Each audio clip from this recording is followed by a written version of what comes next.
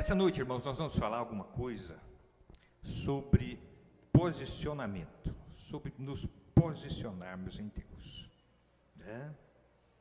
Esse caso aqui de Martinho Lutero, ele se posicionou contra os desmandos da igreja dominante naquela época, ao ponto que as coisas foram perdendo tanto sentido que era proibido ler a Bíblia, para vocês terem ideia, e as pessoas imaginavam que iriam ser salvas pagando, comprando o perdão dos pecados. Então, cada uma dessas 5 teses aí foram de fato reais, mas houve na parte dele essa coragem de tomar uma posição, e nós precisamos também nos posicionarmos. Para nós meditarmos na palavra do Senhor, nós vamos ver que em 1 Samuel, capítulo 17, vamos ver só o versículo 45, é uma passagem bastante conhecida. Nós vamos meditar um pouquinho sobre essa passagem, sobre essa posição. Olha só o que diz o texto. Depois você lê, são 58 versículos esse capítulo, mas ele é fascinante de ler esse capítulo 17 de 1 Samuel. Davi, porém, disse ao filisteu: Tu vens a mim com espada e com lança e com escudo, porém eu venho a ti em nome do Senhor dos exércitos de Israel, a quem tu tens afrontado. Amém? Curva a sua cabeça. Pai, em nome de Jesus, fala conosco aqui nesta noite. Fala, Senhor, com aqueles que nos assistem, Senhor. Que o Senhor possa abençoar grandemente o teu povo, fortalecendo, ajudando, ensinando, em nome de Jesus. Glória a Deus. É interessante, irmãos, Deus havia rejeitado Saul. Saul desobedeceu a Deus, desagradou o Senhor, e Deus rejeita Saul como rei de Israel.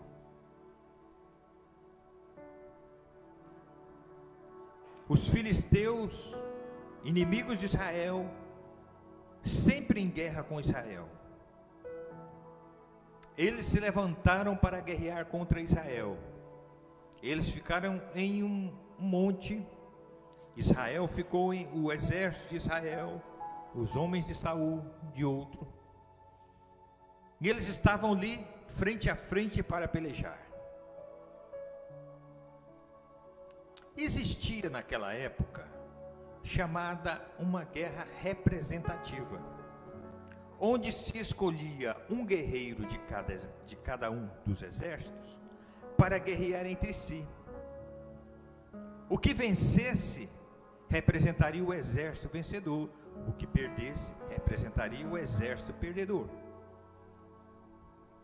Estavam lá os 2 exércitos frente a frente. Como Deus havia rejeitado a liderança de Saul, Israel estava assim meio como que sem rumo, sem direção. De repente aparece lá um soldado filisteu, mas não era um soldado qualquer, ele era da cidade de Gate.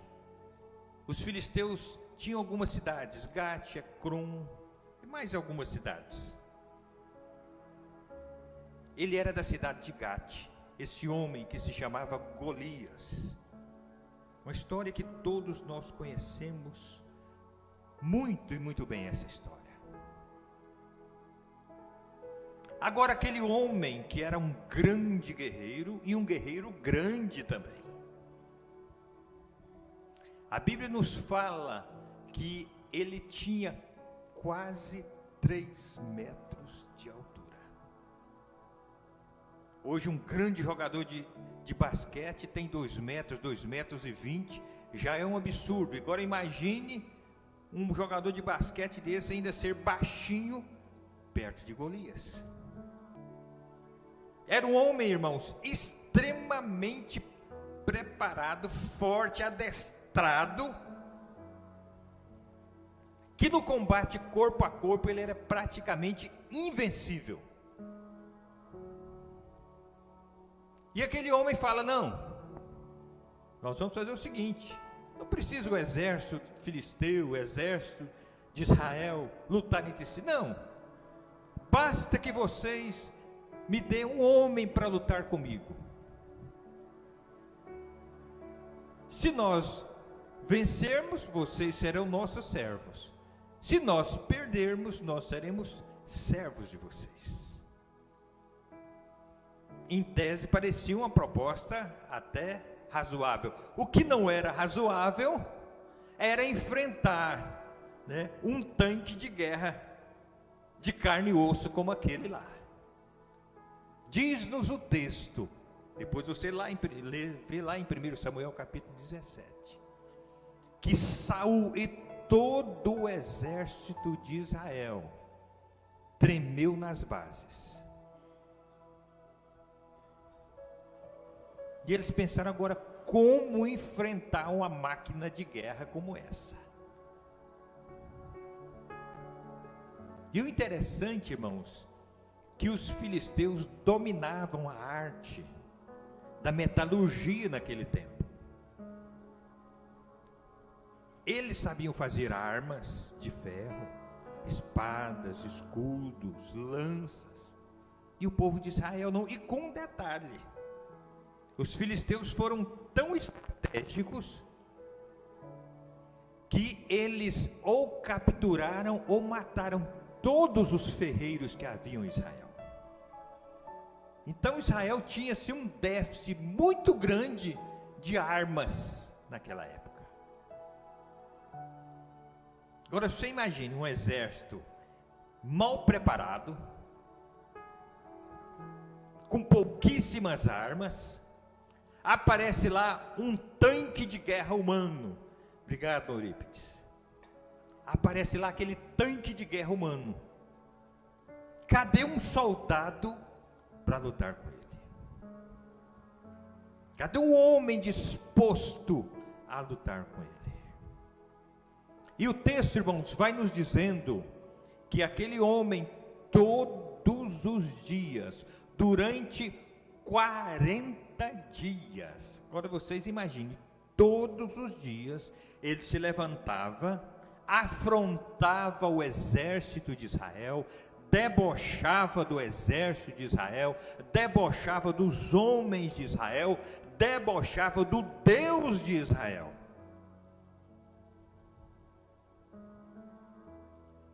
E era um problema sério. 40 dias, cada dia, o exército mais acovardado.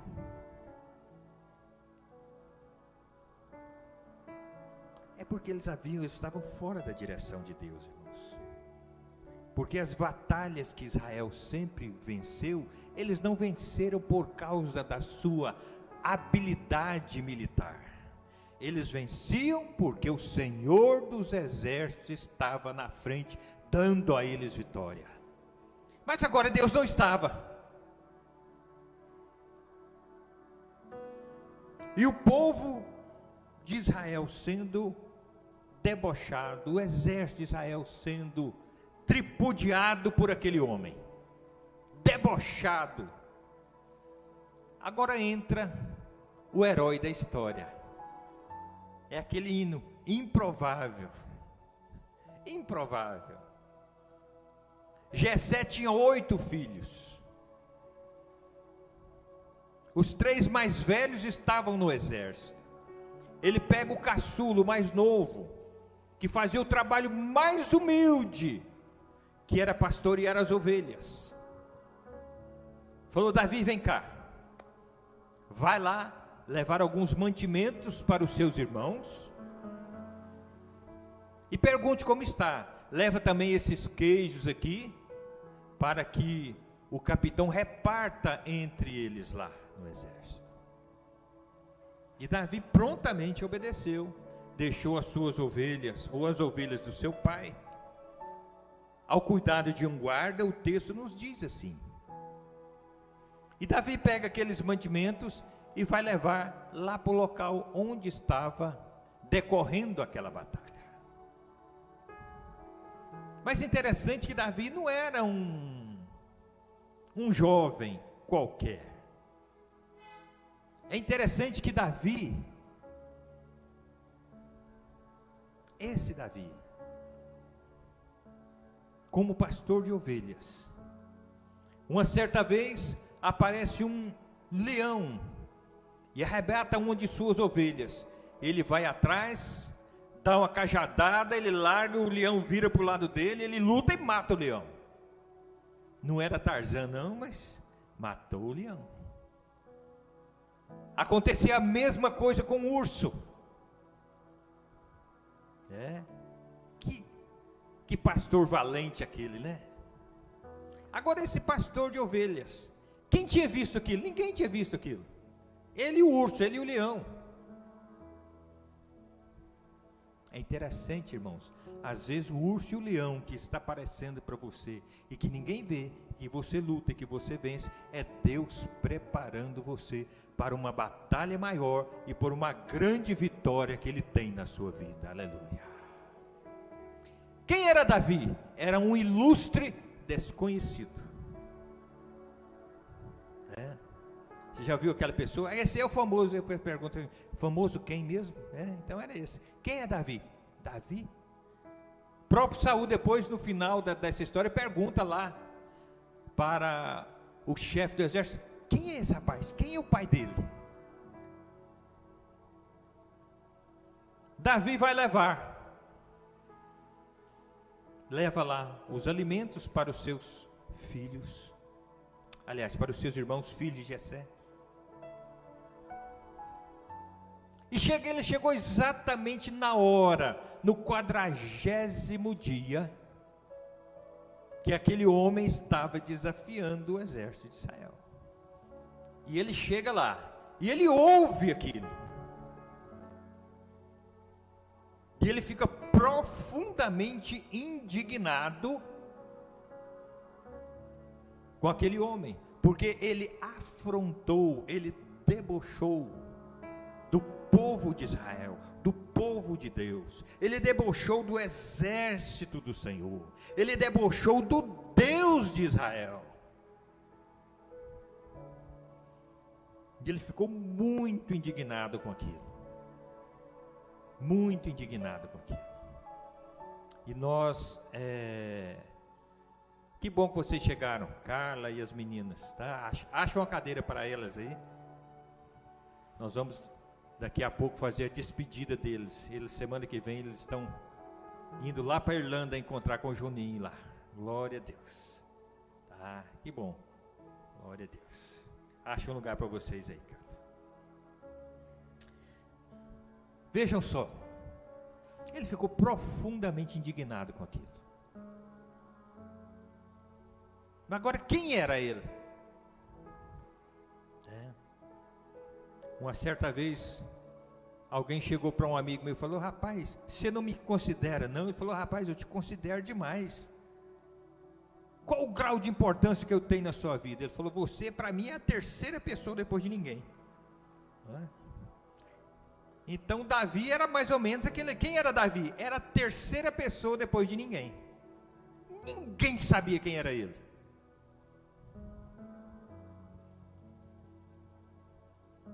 Mas ele aparece lá. É interessante, irmãos, nós porque já sabemos o final da história. Mas Davi não sabia o final daquela história. Davi não havia sido revelado: eis meu servo que vou colocar um gigante na sua frente, mas não temas que você vai vencer. Não tinha tido profecia para Davi, não. Ele só conhecia e confiava no Senhor. Vejam só, aí houve aquele barulho tremendo e aquele burburinho. Ele falou: mas sujeito,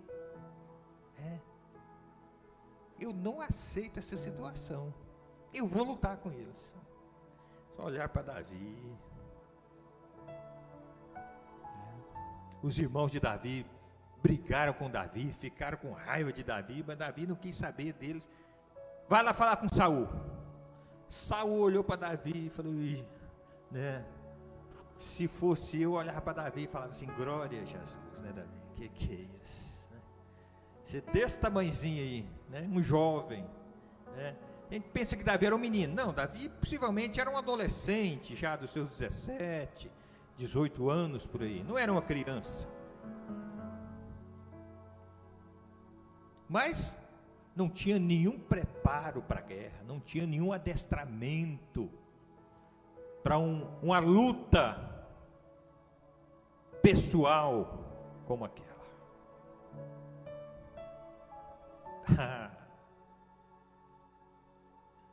Saul olha para Davi e fala, Saul fala, Davi, você não tem condições para isso, meu filho. Você é um jovem, você não tem experiência. Aí ele contou, falou, rei, é o seguinte, apareceu um leão, apareceu um urso, fui lá, tomei a ovelha, eles vieram contra mim, eu peguei e os matei.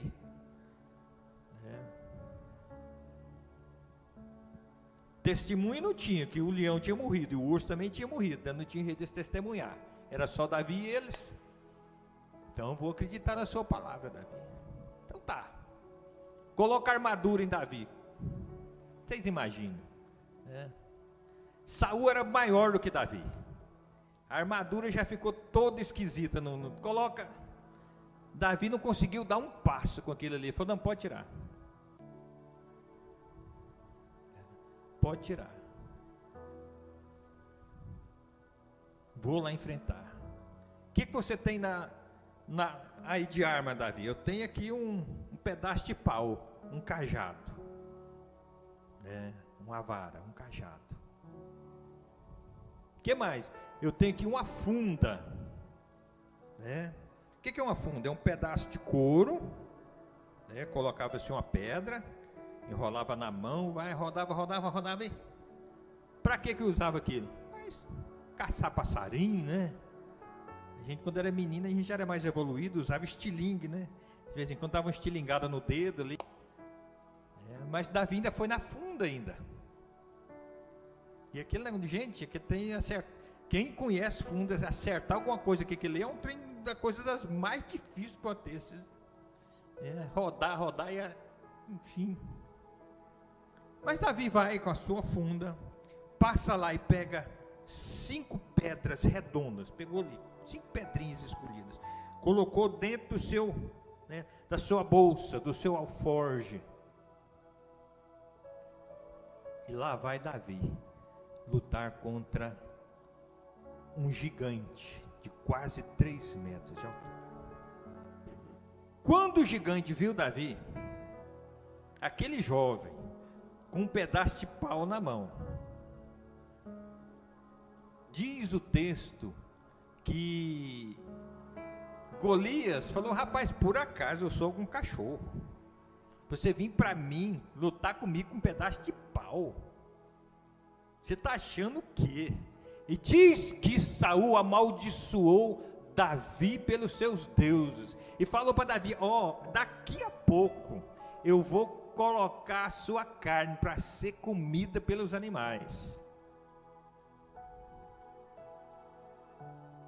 Davi falou,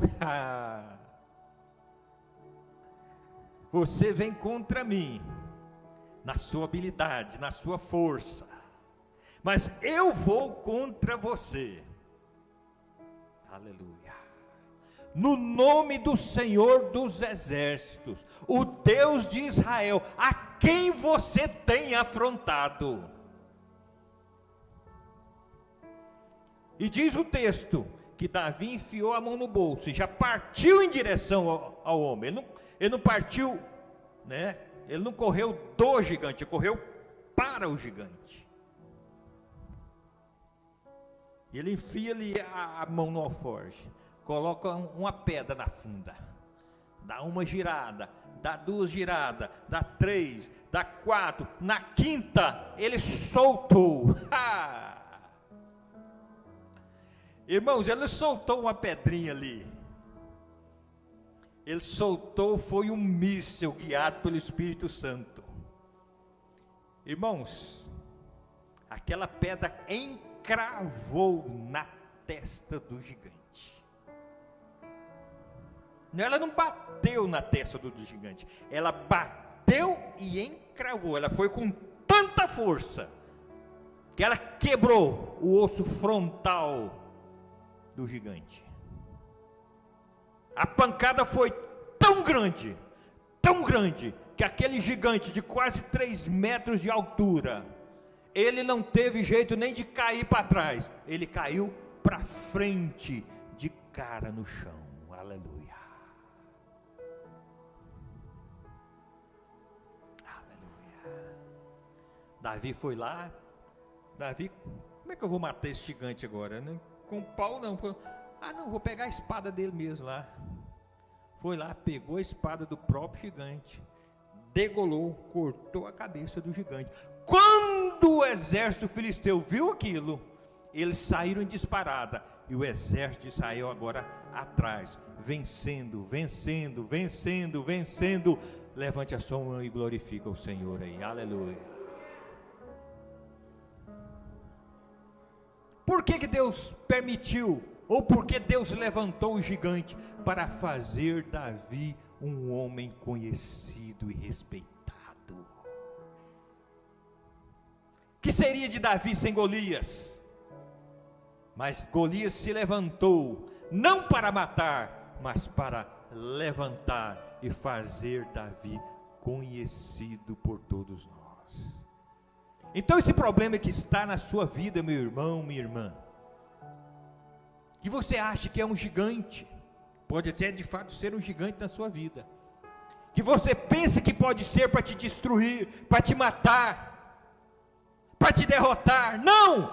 Deus permitiu isso para que a sua vitória seja notória por todos, a grande vitória que Deus te dará. Levante a sua mão e recebe isso na sua vida em nome de Jesus.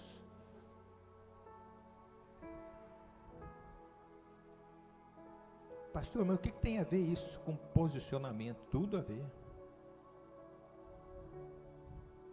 Foi necessário que aparecesse um jovem, que nem soldado era, e tivesse uma coragem de se posicionar em Deus. Quando você se posiciona em Deus, você aprende que a sua vitória não depende da sua força, da sua habilidade, da sua capacidade. Não. A vitória de Davi não é porque ele era um exímio atirador de funda. Irmãos, aquele gigante podia atirar dezenas de pedrada nele, que não faria nem cosca na vida naquele homem. A diferença não foi a pedra, não foi a funda. A diferença foi a confiança no Senhor. Aleluia. A nossa vitória, irmãos, vem do Senhor. A questão não é ter habilidade. É claro que se puder ter é melhor, mas a questão é confiar, entregar, posicionar. Esteja no lugar que Deus quer. Coloque naquela posição. Senhor, conta comigo. Senhor, eu não sei, esse gigante é grande, mas conta comigo, eu estou aqui. Eu não sei, eu não tenho força, eu não tenho condições, mas com o Senhor, eu sei que eu vou vencer. Nós precisamos de nos posicionarmos, meus queridos. Posicionarmos em Deus. Posicionarmos, tomarmos uma posição. Uma coisa que eu digo a vocês, que você precisa entender, é que não existe neutralidade na guerra espiritual que nós travamos. Não existe neutralidade. Pastor, o que é isso, neutralidade? Durante a Segunda Guerra Mundial, quando a Alemanha, a Itália e o Japão formaram o eixo, lutando contra os aliados, formado pela Grã-Bretanha, a França e os Estados Unidos.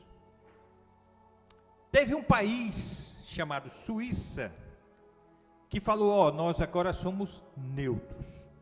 Nós não tomamos nem o lado de um, nem o lado de outro. Nós somos um país neutro. Nós somos um país neutro. Nós não somos nem dos aliados, nem do eixo. Só que na guerra espiritual não existe a neutralidade. Ou você é contra, ou você é a favor. O Senhor Jesus falou, aquele que não é por mim aquele que não é por mim é contra mim. Aquele que comigo não ajunta, o que ele faz? Espalha. O que Jesus está querendo dizer com isso? Que não existe neutralidade. Não, eu não sou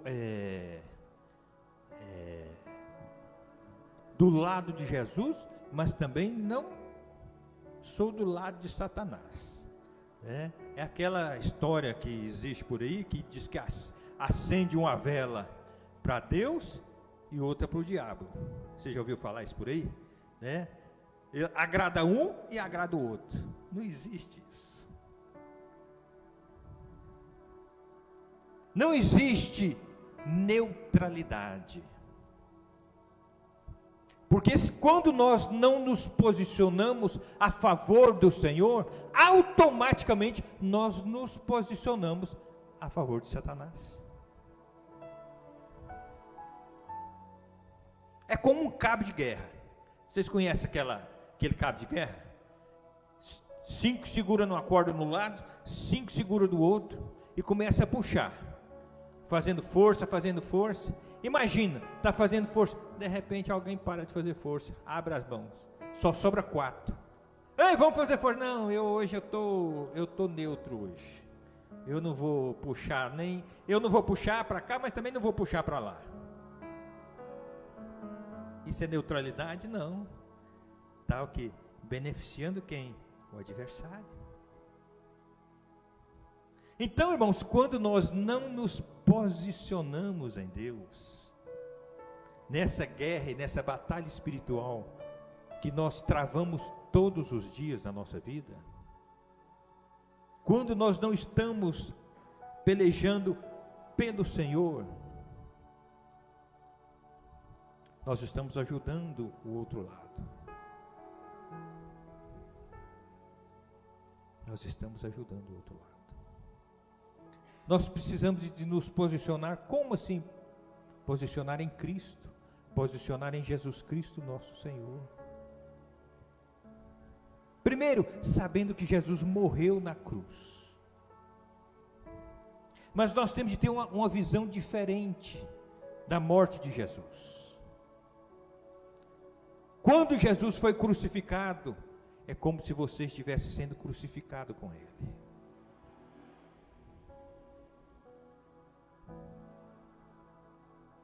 Crucificado com Jesus. Quando Jesus foi sepultado, é como se você estivesse lá. Quando Jesus ressuscitou glorioso, é como se você estivesse ressuscitando com Jesus. E quando Jesus se assentou no seu trono de glória, é como se nós estivéssemos com Ele. Não é à toa que Paulo escreve lá em Efésios que Cristo já nos abençoou com toda sorte de bênçãos espirituais em Cristo Jesus. E quando nós nos posicionamos em Cristo, se cumpre aquela palavra que está lá em Tiago, que nos diz que sujeitai-vos a Deus e resisti ao diabo, e ele fugirá de vós. O problema é que nós, às vezes, invertemos isso aí. Nós resistimos a Deus e nos sujeitamos ao diabo. Nós invertemos o papel. Nós resistimos a Deus, resiste a palavra de Deus, mas sujeitamos às sugestões, às ideias, aquilo que Satanás lança na nossa mente. Mas a posição que o Senhor quer é que nós nos sujeitemos a Ele. O que é sujeitar a Deus? É estar pronto para obedecê-lo, pronto para servi-lo. Esse próprio Tiago, no capítulo 1, ele fala: todo homem seja pronto para ouvir, pronto para, tardio para irar. Olha que conselho magnífico esse. Você está pronto para ouvir. Por quê? Porque você tem 2 orelhas e 2 ouvidos. Na proporção de Deus, eu já falei isso algumas vezes, para cada palavra que você fala, aliás, pelo menos 2 palavras que você fala, você vai falar uma vez só. Então você vai falar a metade daquilo que você ouve. É a proporção, porque Deus fez 2 ouvidos e 1 boca. Então nós temos que estar prontos sempre para ouvir e devemos pensar naquilo que vamos falar. Essa é a posição que nós devemos estar. Sujeitai-vos, pois, a Deus. Não é resistir a Deus, é sujeitar. Pronto a obedecer ao Senhor. O que é sujeitar a Deus? É ler a Bíblia. O que é sujeitar a Deus? É orar. O que é sujeitar a Deus? É viver em comunhão uns com os outros. O que é sujeitar a Deus? É andar, como foi pregado tão bem ontem naquele retiro, em unidade, em união. É isso que Deus quer de nós, irmãos. Sujeitarmos a Deus. Quando nós nos sujeitamos a Deus, nós estamos aptos para resistir o diabo. Resistir o diabo. É quando o diabo vem contra você e você não corre. Você fala: aqui não, Satanás. Aqui não. Você faz o quê? Você o resiste. Vocês já tiveram, muitos dos irmãos, muitas pessoas já tiveram essa experiência. Você vai passando na rua, de repente sai um cachorro correndo atrás de você. É uma experiência assim ruim, né? Mas de repente sai. Se você correr, aí que ele faz. Quando você vira para o lado dele, encara, o que acontece? Quando você vira para o lado dele, encara e anda para o lado dele, ele Satanás é desse jeitinho, irmãos. Ele vem fazendo aquele barulho para o seu lado. Quando ele vê que você se sujeitou a Deus e você o resiste, ele é igualzinho aquele cachorro. Ele vira e sai correndo de você. Mas se você correr dele, ele vira um leão atrás de você.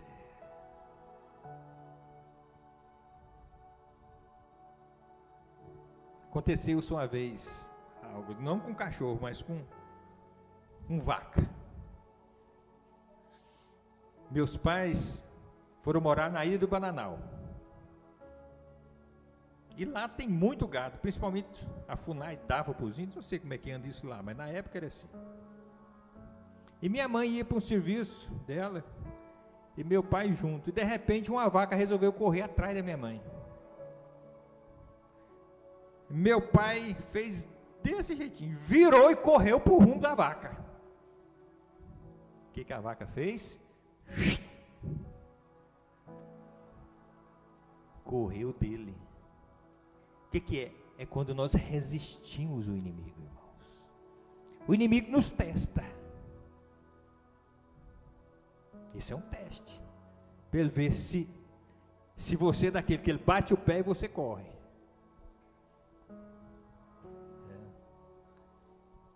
Uma vez aconteceu numa igreja, uma pessoa ficou possessa de demônio.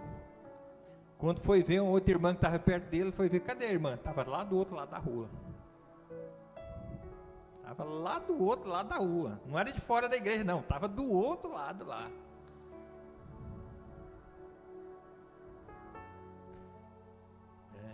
Satanás falou, é dessa aí que eu gosto, né? É dessa aí que eu gosto. Resistir ao diabo, e ele fugirá de vós. O Senhor, irmãos, Ele nos deu autoridade. Ele nos deu autoridade para pisarmos em escorpiões, pisarmos em serpentes. Literalmente não. Quando está falando do poder de Satanás. Tá? Não é você sair procurando uma cobra, não, agora eu vou pegar ela. Igual lá nos Estados Unidos tem esse tipo de coisa absurda. Né? Tem tanta coisa boa lá, mas tem tanta coisa esquisita também. Tem igreja lá, né, que eles pegam cobra lá, fala aí, pega aquele versículo lá de Marcos 16, né, se beber alguma coisa mortífera, e fica lá brincando com cobra. De vez em quando tem um desses mesmo morrendo lá, né, que leva uma picada, não dá tempo de tomar o soro antiofídico, de vez em quando morre alguns lá. Não foi nesse sentido. O Senhor nunca nos mandou brincar com o inimigo. Ele nos mandou resistir ao inimigo e respeitar o inimigo. Não temer, mas respeitar.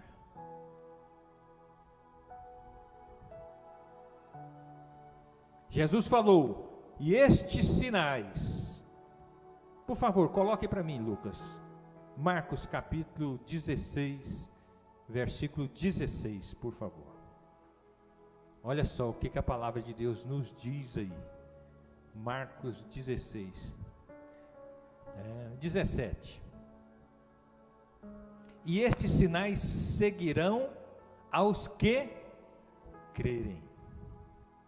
Esses sinais aqui, nos está falando, não é quando você creu, não. Esse crer aqui, ele não está no passado, esse crer aqui está no presente.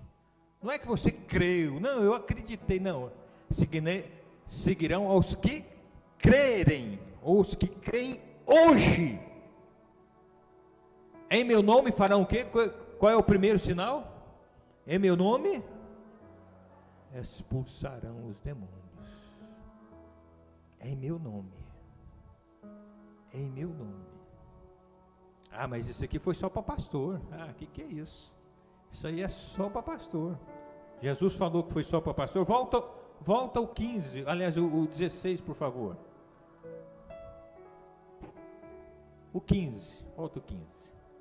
Ide por todo mundo, pregar o evangelho a toda criatura. 16. Quem crer e for batizado será salvo, mas quem não crer será condenado. 17 agora. E esses sinais seguirão quem? Os que creem. Não falou, não vai seguir pastor, não vai seguir evangelista, não vai seguir presbítero, não vai seguir diácono, não vai seguir professor de escola dominical, não vai seguir, não, esse sinal vai seguir quem? Quem crê. Se você não crê, pode ficar tranquilo. Para quem crê. Sinal é para quem crê. Segue quem crê. Em meu nome expulsarão os demônios. Todos nós estamos sujeitos a ter alguma experiência, de uma hora para outra aí, como essa. Primeiro sinal, expulsarão os demônios. Segundo sinal, falarão novas línguas. Pastor, o que é isso aí? Jesus estava falando que eles vão estudar novos idiomas?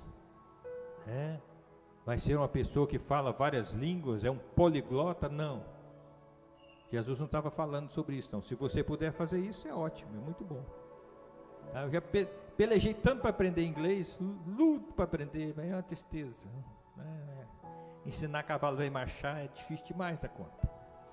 Mas quando está falando aqui, falarão novas línguas, é aquelas línguas lá de Atos capítulo 2, e todos foram cheios do Espírito Santo e começaram a falar em outras línguas.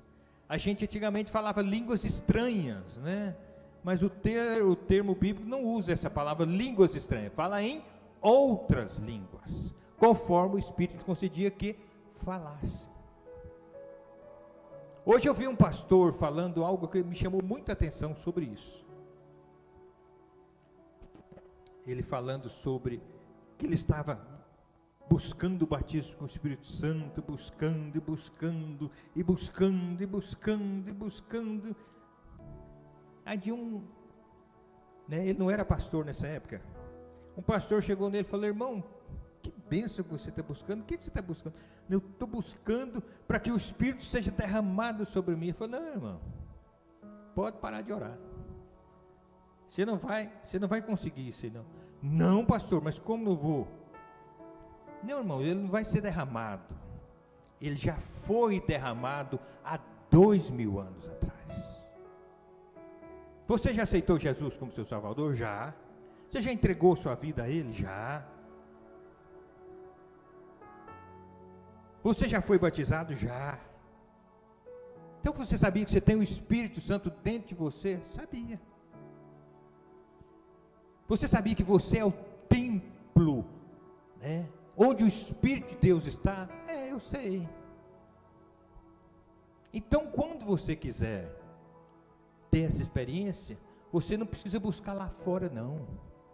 O Espírito não está longe, não. O Espírito é dentro de você. Você tem de entrar dentro de você e falar com o Espírito Santo. Espírito Santo, você está aqui dentro, né? Eu sou o seu templo, o Senhor mora dentro de mim. Espírito Santo, eu queria agora falar com o Senhor, mas eu não queria falar em português com o Senhor, não. Eu queria falar com o Senhor naquela língua que o Senhor conhece, e o meu espírito conhece, mas o meu entendimento não conhece. Eu queria falar com o Senhor nessa língua, essas outras línguas que o texto está nos falando. Então, quando você for buscar o batismo do Espírito Santo, não precisa esperar que o Espírito Santo vai descer sobre você, não. Ele já está dentro de você. Ele já está dentro de você. Ele já desceu. Você é morada, você é templo do Espírito. Aí você abrir a boca e começar a falar. Abrir a boca e começar a falar. Está tão fácil. Eu achei, puxa vida, por que eu não tive esse entendimento antes? A gente ficava orando: Senhor, desce, desce, Senhor. O Espírito Santo fala: meu filho, eu já estou dentro de você, por que você está querendo que eu desça? Não, eu já estou.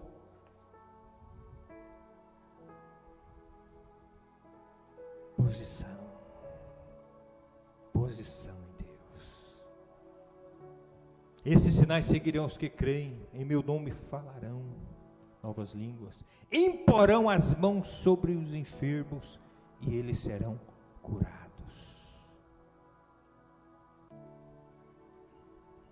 Está lá: se beber alguma coisa mortífera, não lhes fará dano algum, e porão as mãos sobre os enfermos e os sararão. Irmãos, obrigado, Lucas. Eu tive uma experiência singular uma vez com isso. Eu fazia faculdade, morava lá na Rua Leopoldo de Bulhões, lá pertinho da sede, 2 quarteirões para cima da sede. E uma dificuldade muito grande naquela época, e eu comi alguma coisa estragada, não sei exatamente o que é, já tem uns dias já, né? E aquilo, irmãos, aquilo me deu uma infecção intestinal, diarreia, vomitando, febre, passando mal demais, e nem dinheiro para comprar remédio tinha, numa situação mais daquela, né? Eu falei para alguém: chama lá o pastor Carneiro para orar, ou então o pastor Pimenta, que era o vice dele.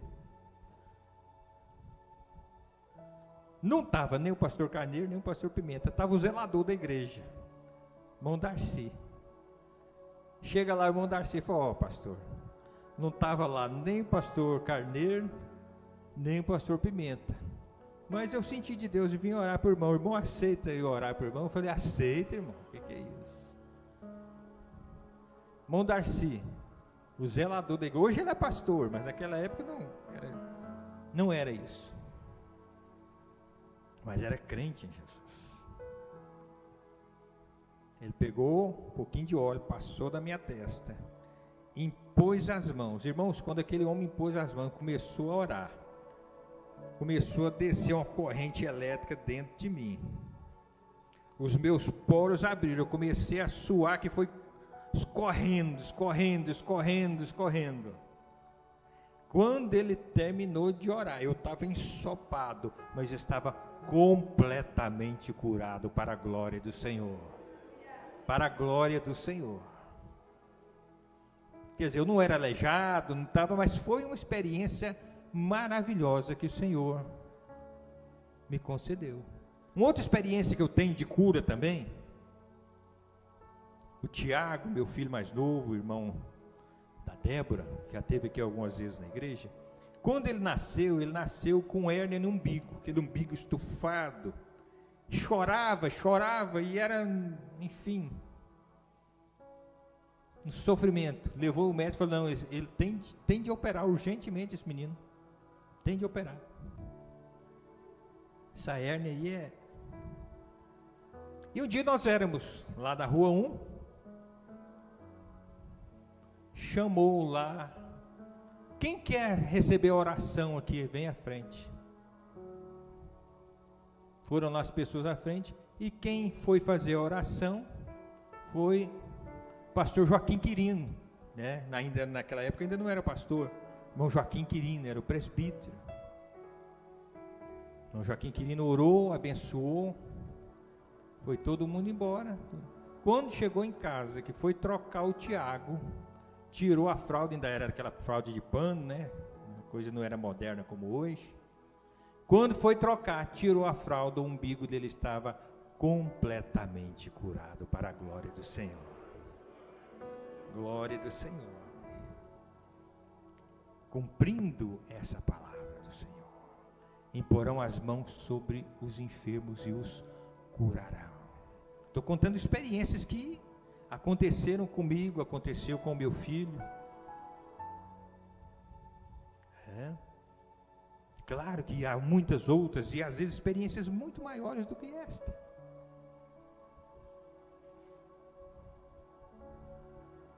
Mas para isso nós precisamos de estar na posição certa. Precisamos de nos posicionar. Fala: Jesus, conta comigo, Jesus. Jesus, conta comigo. Eu quero fazer parte desse exército, Senhor. Eu não quero fazer parte do exército dos covardes, daqueles que correm, daqueles que têm medo. Não, Senhor, eu faço parte desse exército de guerreiros, de vencedores. E para concluirmos, você tem tomado uma posição na sua vida ao lado de Jesus e falando para Jesus: Jesus, o Senhor pode contar comigo. O que o Senhor quiser, Senhor, conta comigo. É para orar? Conta comigo. É para cantar? Conta comigo. É para contribuir, Jesus? Conta com os meus bens. Conta com os meus dízimos, com as minhas ofertas. Conta comigo, Jesus. Seja para o que for, Senhor, conta comigo. Tome essa posição em Deus. Tome essa posição em Deus. Se posicione hoje. Saia dessa neutralidade, entre aspas, que não existe neutralidade. Se posicione. Fala: Senhor, conta comigo. A partir de hoje, Jesus, conta comigo. Se o Senhor precisar de mim, conta comigo. Eu estou aqui, eu não sei muita coisa, mas aquilo que eu sei, aquilo que eu sou, o Senhor pode usar. Aleluia. Que o Senhor tenha graça e misericórdia derramando sobre nós nesta noite.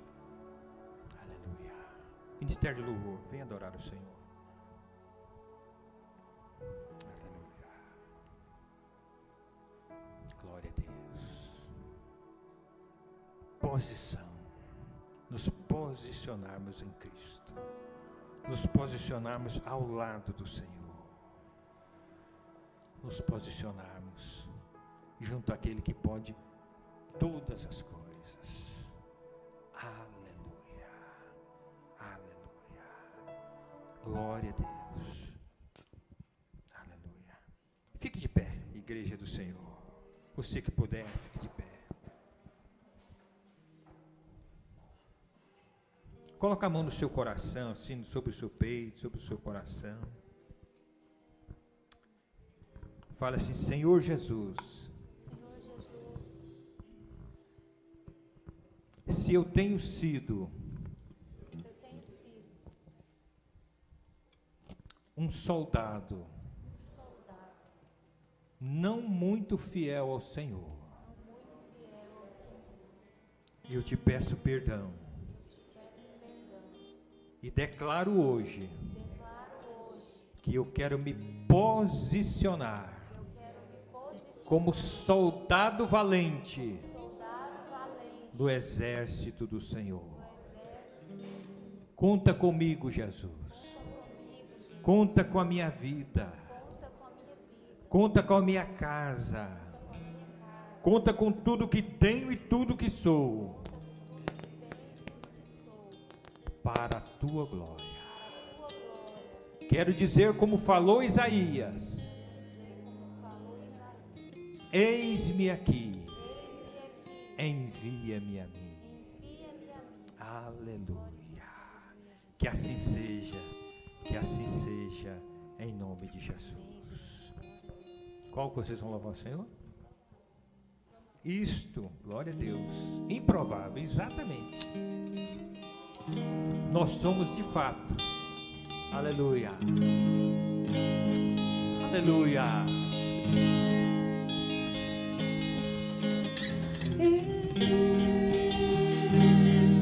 Fui escolhido por ti. Aleluia. Fui separado para ti. Aleluia. Quem sou eu? Aleluia.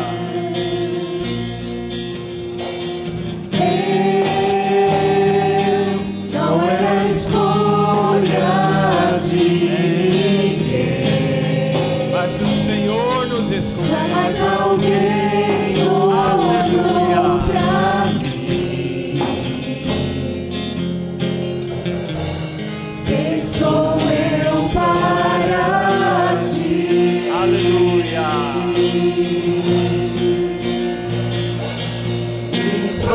Improvável, mas escolhido, incapaz, mas vencedor em ti, Senhor.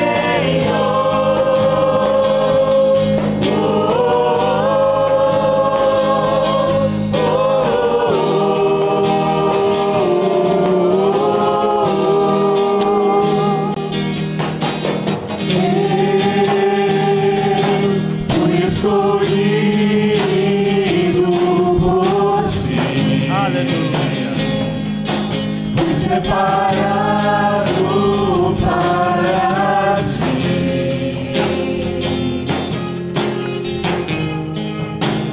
Quem sou eu?